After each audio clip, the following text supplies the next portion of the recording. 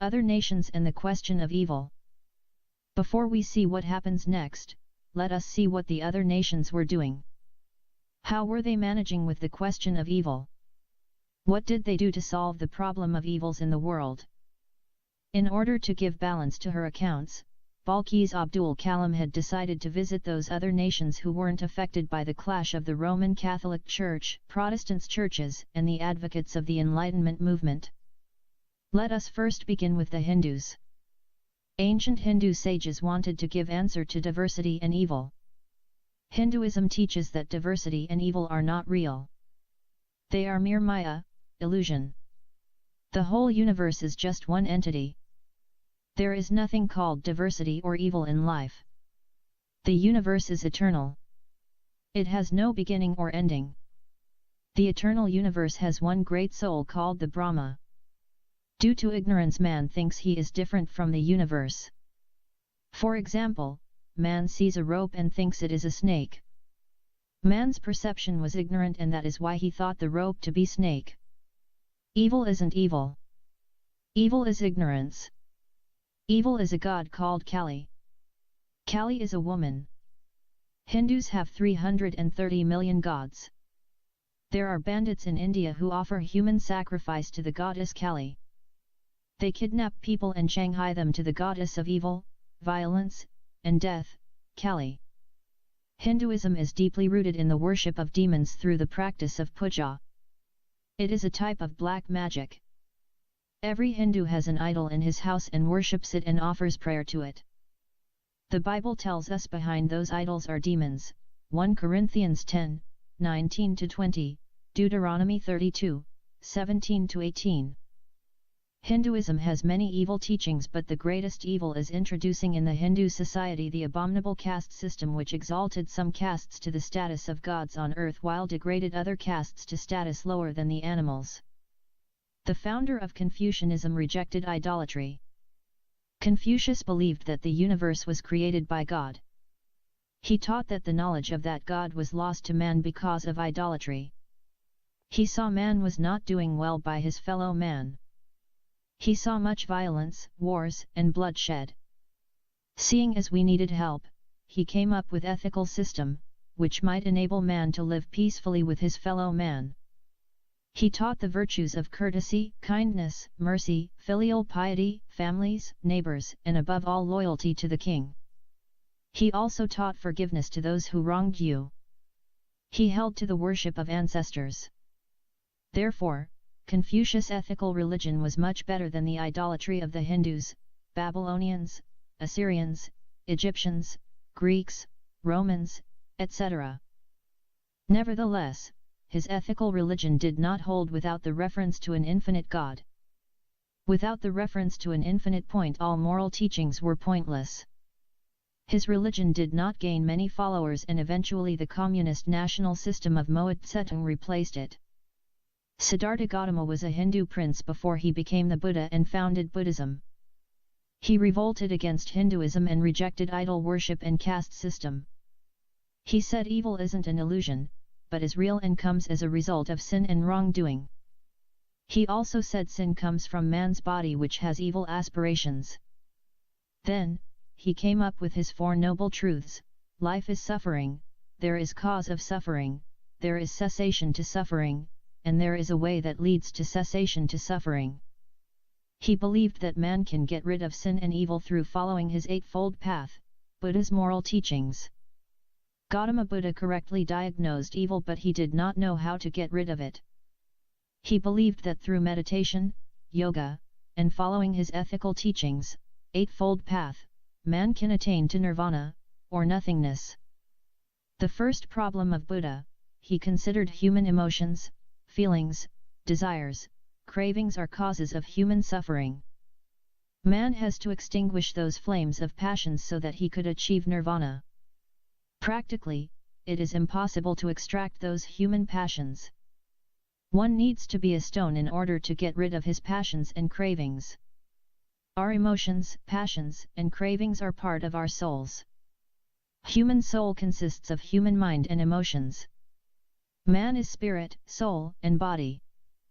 The second problem of Buddha, he continued to believe in the Hindu doctrines of human karma, or deeds, and continuous rebirth of man due to his deeds.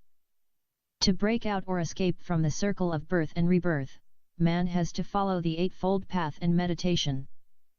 Through meditation man can empty his mind from all thoughts and passions, and then he will not crave or lust anymore. Then he can break the cycle of reincarnation and be reconciled with the universe and becomes nothing, and hence he will never come back to life again.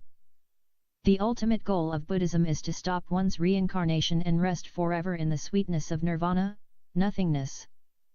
The Greek Ionians and Milesians also followed the Buddha ideal. They believed in the existence of diversity. They wanted to find one single unifying force to this diversity of life. They were looking for unity in diversity. What was the one force that uniting all these diverse objects? Thales said he found it in water, Anaximenes said air, and yet Empedocles said earth, air, water, and fire. Heraclitus said he found it in the change and logos. Pythagoras said he found it in mathematics. He believed that behind every physical object there are mathematics and geometry. However, all these conclusions cannot give answer to man, conscience, morality, ethics, sin, soul, etc. After the Ionians came the Greek sophists, the wise men. Sophia means wisdom. The sophists claimed to be the teachers of mankind. They rejected the quest of the Ionians. They believed that no one could know the ultimate meaning of life or find the truth. Their skeptical conclusion will be resurrected again in the 20th century by the philosophers of existentialism and postmodernism. The sophists were the first skeptics. It was also at this time that Athens was rising in all its glory. Greece had defeated Persia. The Greeks had established democracy. Pericles built the magnificent Parthenon, a new temple in honor of the goddess Athena at the Acropolis. It was the sculptor Phidias who designed his 40-foot-tall statue of the Greek goddess Athena in the Parthenon, and also his statue of Zeus at Olympia, which was one of the 7 wonders of the ancient world. This period also witnessed the writings of the histories of Herodotus and Thucydides.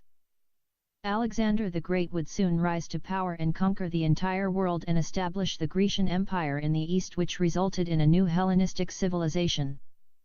Alexander the Great saw himself as a kind of prophet whose mission to spread the Greek great achievements in arts, philosophy, politic, architect, etc., to the entire world. The sophists said that there is no truth, but the whole purpose of life is to find a truth relative to you.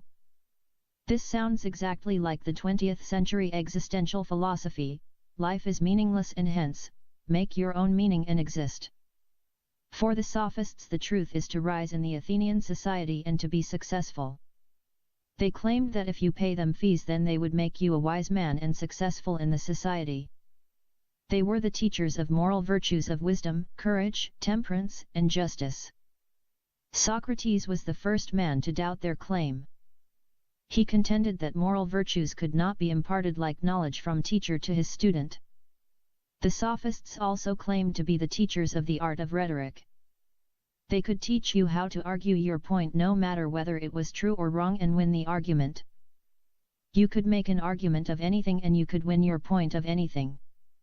The sophists today, like many lawyers and politicians, they are also like the religious leaders who convince the youth to blow themselves up so that they can ascend to paradise and get the 72 virgin vaginas. The sophists invented the art of sophistry, a subtle, tricky, superficially plausible, but generally fallacious method of reasoning. They were traveling teachers. Wherever they went, they took young men and then schooled them in logic, debate, and rhetoric. They taught them how to argue their points and win and rise in the Athenian society and become great statesmen, politicians, judges, businessmen, etc. Some of them taught that might makes right. This evil idea was eventually picked up by Nietzsche. Only the rich youth could offer to pay their fees and learn their so-called virtues. Socrates was considered to be the last of the sophists and the first philosopher. He was called by his student Plato the first philosopher in the world. Philosopher means lover of wisdom.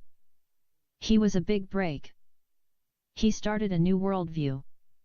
He had a student called Plato and another student called Aristotle.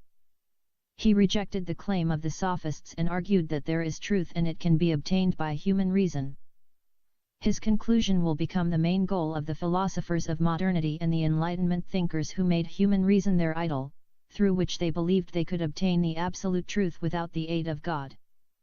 According to Socrates, both the Ionians and the sophists were wrong.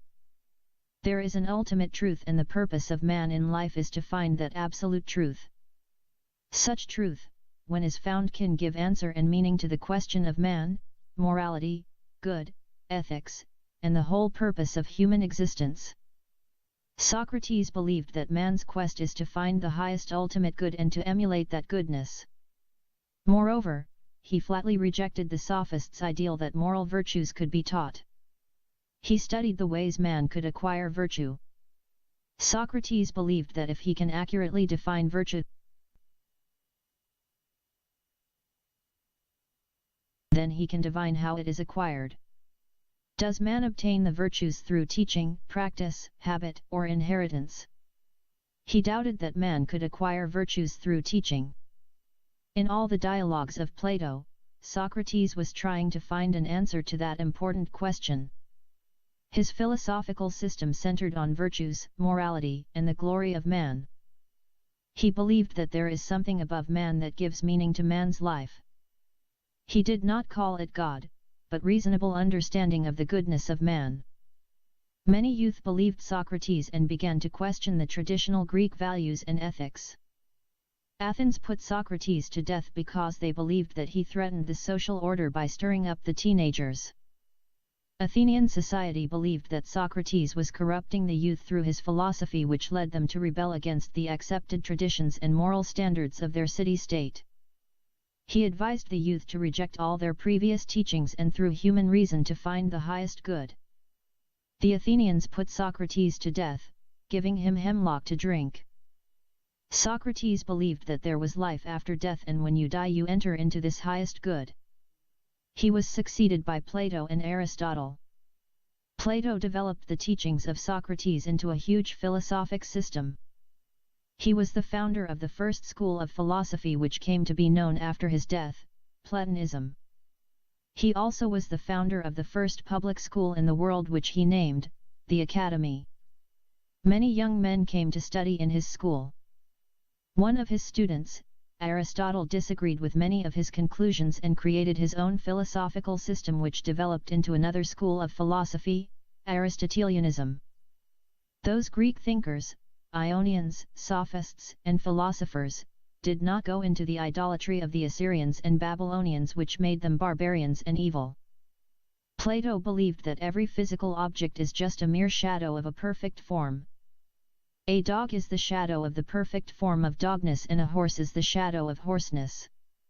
Man is a shadow of the perfect form of manhood. Those perfect forms were universal. Plato believed that the soul of man has innate ideas of the good life. It existed before and picked up knowledge about good and ideals of life, and it is the purpose of man to discover that knowledge in his soul. And that is why man wants to live a good life, and that is why the soul is trying to live a civil life and form a moral society. He believed that human body was corrupted and it is the source of evil. The soul of man must achieve the highest good of love, beauty, honesty, hospitality, kindness, and all the other moral virtues of self-control, courage, wisdom, justice, etc. These moral virtues have to be our guiding forms in pursuing the moral and good life. But, one must watch his body because it hates, lusts, gravitates to all kinds of vices.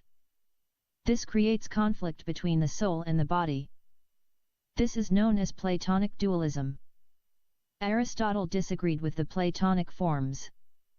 According to him, the essence of the physical object, the form, is in itself. Plato believed that the perfect forms exist somewhere above the physical world, which in actuality is a mere copies or shadow. The unchanging and perfect forms of Plato were given by the philosophers after him various names, forms, essences, ideas, universals, etc., medieval philosophers believed that the planets and stars were the perfect forms of Plato. Such belief continued until Galileo refuted it. Aristotle believed that the ideas are not to be found up there. There are no perfect forms above man. People who followed Plato used to think that the planets and stars are the perfect forms of which the physical objects are just imperfect shadows. Aristotle said the forms are not up there, but they are in the physical objects themselves. A horse has the form or the essence of horseness in it. A man has the essence of man in him. A single man is not an imitation of an ideal and perfect form of manhood somewhere above him. We can see a small dog, big dog, black dog, red dog, fat dog, slim dog, but the essence of all is dogness. The essence of each species is the same but the accidents differ. The same thing can be said about human beings, animals, birds, fishes, and all creatures. What makes each species alike or otherwise is the form or essence. Plato said look up for the form, Aristotle said look down for the essence. The former said it is above it and the latter said it is in it. But, both philosophers believed in the existence of such thing called form or essence. Aristotle left the academy after the death of Plato. He was invited by Philip II of Macedon to come to his place and tutor his son, Alexander the Great. Many Western thinkers believe that Socrates, Plato, and Aristotle through their philosophies had caused the first paradigm shift to occur in the world. Of course, Greek philosophers attempted to understand reality without the reference of the Bible. God created all living beings with their seeds in them.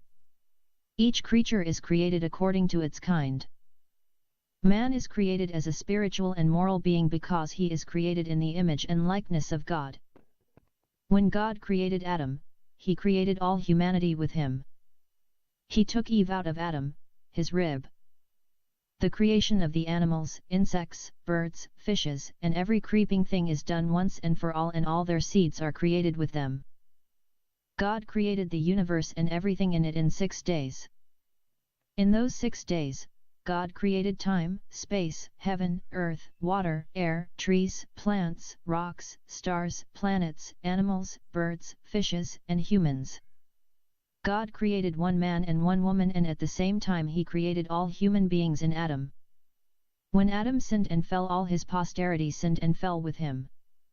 Therefore, every human being is born a sinner.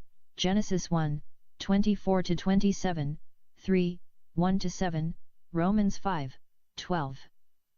Science uses the term species and the Bible uses the word kind, Genesis 1, 21-25.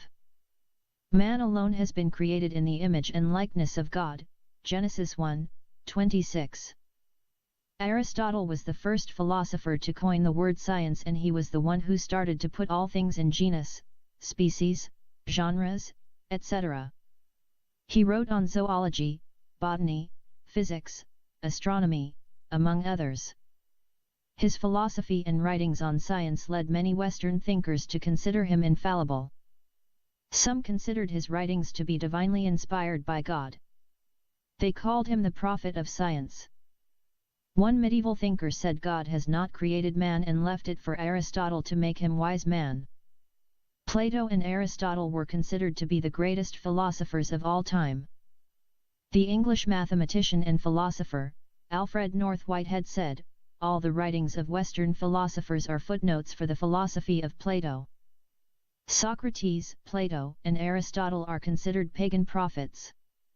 The Church accepted the writings of Plato and allowed St. Augustine to use his philosophy to justify the Christian dogmas. However, the Church banned the writings of Aristotle.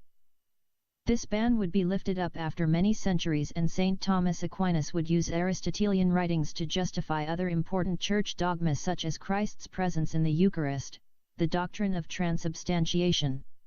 Aristotle created a huge dictionary of science. He also wrote extensively on morality and ethics.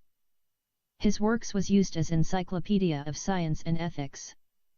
He believed that the world was started by a prime unmoving mover. He understood that this world has to have a beginning and the one who started it has to have no beginning. He called the first entity that put the universe in motion the first cause, the prime mover, the unmoving mover, and by that he meant God.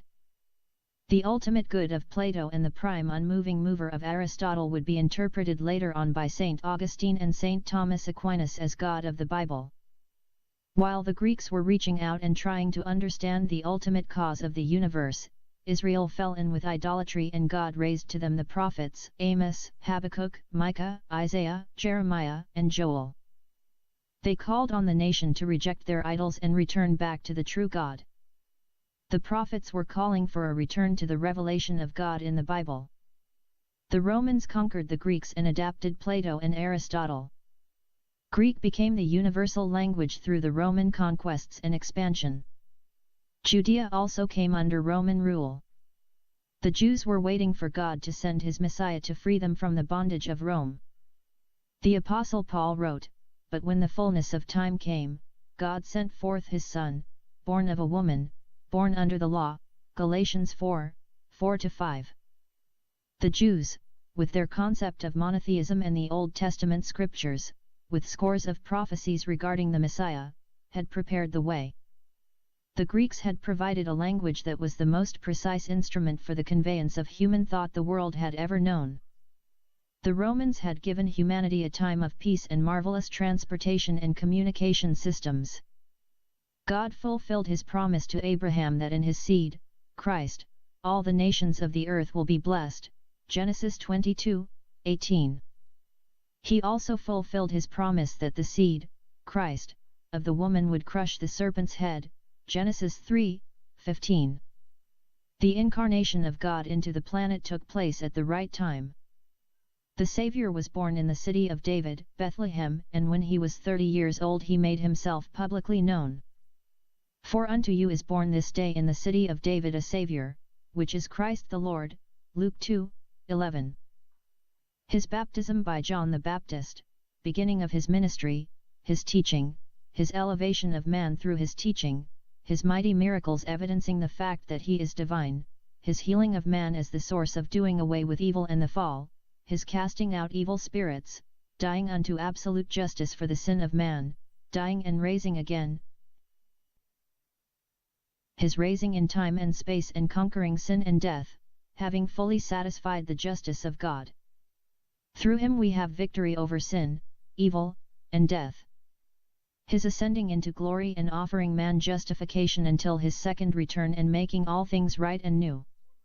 No one will know God unless God reveals himself to him. God revealed himself to one single nation which became his chosen nation. Israel alone knows the truth because they have the Bible. Jesus came first to his own, the Jews, but his own rejected him. The gospel is offered to the Gentiles. The promise of God that made at the Garden of Eden the seed of the woman will crush the serpent head is fulfilled. The promise of the seed of Abraham will be blessing for all the families of the earth is fulfilled in Jesus Christ. With that the sixth dispensation of grace began. This great truth became fountain of blessing to the entire world. The Gentiles were in idolatry, intellectual quest, moral quest, but no one of them knew the truth or could possibly have known God. Jesus is the way to God, he is the truth, he is the life, and no one can know God except through him, John 14:6. He is God in human form. The ultimate truth was the quest of the philosophers, but none could find it through human wisdom. Jesus said to the Jews, "You shall know the truth and the truth shall set you free," John 8:32. After 15 centuries man would put his Bible aside, Descartes, and turn to the Greek philosophy and try to find the truth without God. Philosophy, the love of wisdom, was the invention of Plato, who was influenced by his teacher Socrates. His student Aristotle developed and immortalized philosophy. Before those three Greek thinkers there was nothing called philosophy. None of the other nations had ever invented such system of seeking human wisdom. The Church used it to justify its dogmas, during which time it became a handmaiden for its theology. When that goal achieved, the Church banned Greek philosophy. The Muslim Moors of Spain preserved the writings of Plato and Aristotle through the works of Avicenna and Averroes. For over 1,000 years, after the death of the last church philosopher Saint Augustine, the West remained free from the influence of the Greek philosophy. The Greeks began to come back to the Western life first through the Greek arts, which resulted in the Renaissance. Being emboldened by the Reformation, the Renaissance paved the way for the resurrection of the ancient Greek philosophy. It began by the rationalism of Descartes, which refuted by the empiricism of John Locke. Then came David Hume, who cancelled both schools. It was the skepticism or agnosticism of Immanuel Kant which salvaged half-junks from both schools and gave room to the quest of science and ethics, but shut the door forever on human possibility of knowing the ultimate truth behind the universe. Why there is something rather than nothing. Who am I? Where have I come from? Where will I go when I die? Kant said, although human mind was haunted by these ultimate questions of existence, nature is not furnished it with the ability to answer them. Back to the sophists, knowledge of the truth is impossibility for human reason. The Enlightenment thinkers, Rousseau, Voltaire, and Nietzsche, who were not philosophers as such, employed Kantian skepticism and wreaked havoc in the West. They wanted to strip everything from its religious concept and give it secular definition. They vehemently attacked religion, especially Christianity. Nietzsche said, "Now we know there is no God, then why should we still hold unto those outdated and antiquated Judeo-Christian virtues of love, mercy, and kindness?" According to him, the greatest human doom was the Judeo-Christian worldview. He believed that those foolish religions held us back for thousands of years. He called priesthood priestcraft. He taught that man should rise through his reason and assert himself in nature. Man is the king of the beasts. The civilized nations should move forward and destroy the uncivilized and savages, etc. In the previous chapters we traced the road which Western philosophers, thinkers, and scientists have trodden until everything is secularized and the modern man became lost into the philosophy of existentialism and postmodernism, which made him violent, despaired, and suicidal. Philosophy, phalanxed by the trio of Greeks, did not fare any better. Philosophy turned out to be a series of philosophers cancelling each other out, with each philosopher in turn claiming to have found the truth, with everyone believing until the advent of the very next philosopher who would refute his predecessor, and so on. Philosophy is snare of the devil which entangles people in his satanic schemes. The Apostle Paul warns us against philosophy, "Beware lest any man spoil you through philosophy and vain deceit, following the tradition of men according to the rudiments of the world, and not in accordance with Christ." Colossians 2:8. He also said, "For the Jews require a sign, and the Greeks seek after wisdom philosophy, but we preach Christ crucified, unto the Jews a stumbling block, and unto the Greeks foolishness, but unto them which are called, both Jews and Greeks, Christ the power of God, and the wisdom of God." 1 Corinthians 1:21-24. God doesn't discourage man from seeking after wisdom, but what the Greeks were seeking was not wisdom. They were trying to find the truth without the aid nor reference to God. They groped in darkness and reached out for the ultimate truth without the Bible. The devil always takes advantages of human curiosity and entices and captures people into his web of deceit. Philosophy is like the Medusa of Greek mythology, who appears from afar as appealing, attracting, and tempting fair maiden, but up close she is the serpent-headed monster whose hideous appearance turns men into stone. No one should think that he is smart enough that he can escape her snare. Through philosophy, religion, and science, Satan has deceived humanity throughout the centuries. Science was started by Christians, but the Enlightenment commandeered it and Charles Darwin turned it against God. However, the Bible does not contradict science nor discourage its pursuit as long as it is meant to honor God and help man. There is good and useful science, and also there is false and harmful science. The devil uses false scientific theories such as evolution and Big Bang to convince millions of people that God doesn't exist and the entire universe came out of nothing. Through false religions, Satan also deceives billions of people and convinces them that they are worshipping the true God when in fact they are worshipping him by proxy. We have answers from the Bible to all questions and quests of man. Why there is something rather than nothing, because God created the universe, why there is diversity, because God is one and Trinity, unity in diversity, why there is evil, evil happened in time and space when Lucifer rebelled and when man sinned and fell. Evil is not Maya, illusion, or a goddess, Kali, it is not ignorance, but it is real. We have answer for man's dignity and morality, because he is created in the image of God. We have answer for right and wrong. God created man with conscience, the ability to act morally and intellectually. We have genuine knowledge of the physical world through our mind and senses. My mind, because it is created in the image of God, can stand outside of the physical world and can come to conclusion about the physical world and about the spiritual world. My mind is not a physical entity like the rest of my body. My mind is spiritual being. Therefore, my true spiritual being can stand out of nature and study it.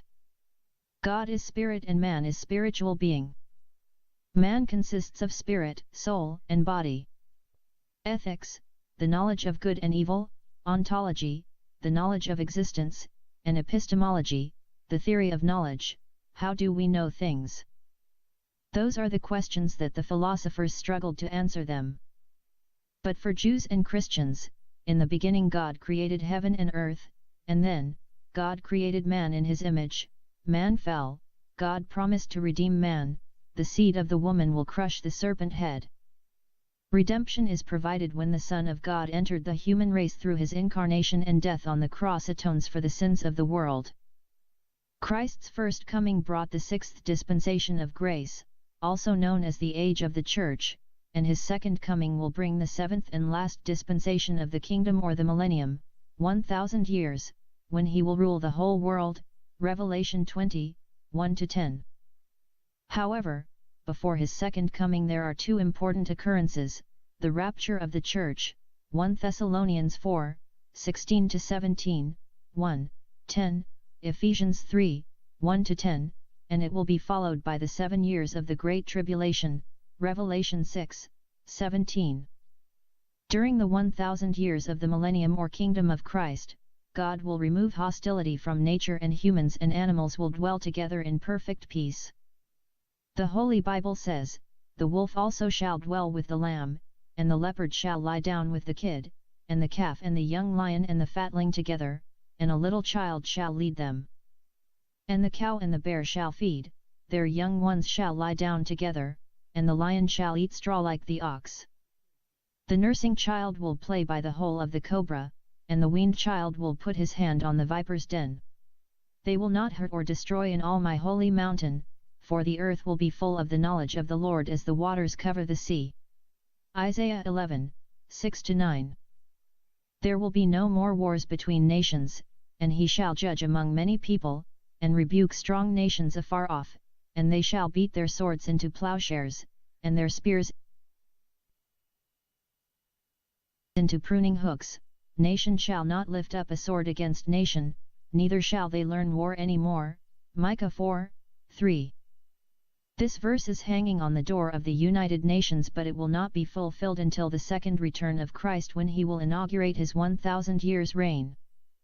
There will be no more false prophets, false religions, false gods, and false teachers of humanism. The Lord will be terrible unto them, for he will famish all the gods of the earth, and men shall worship him, every one from his place, even all the isles of the heathen. Zephaniah 2, 11. The dispensation of grace or the church age began on the day of Pentecost, over 2000 years ago, and will end with the rapture. After the rapture will begin the 7 years of the Great Tribulation, which will end with Christ's second coming to the earth and establishing his kingdom for 1000 years, the dispensation of the kingdom. The followers of replacement theology who replaced Israel with the Church deny three important teachings of the Bible.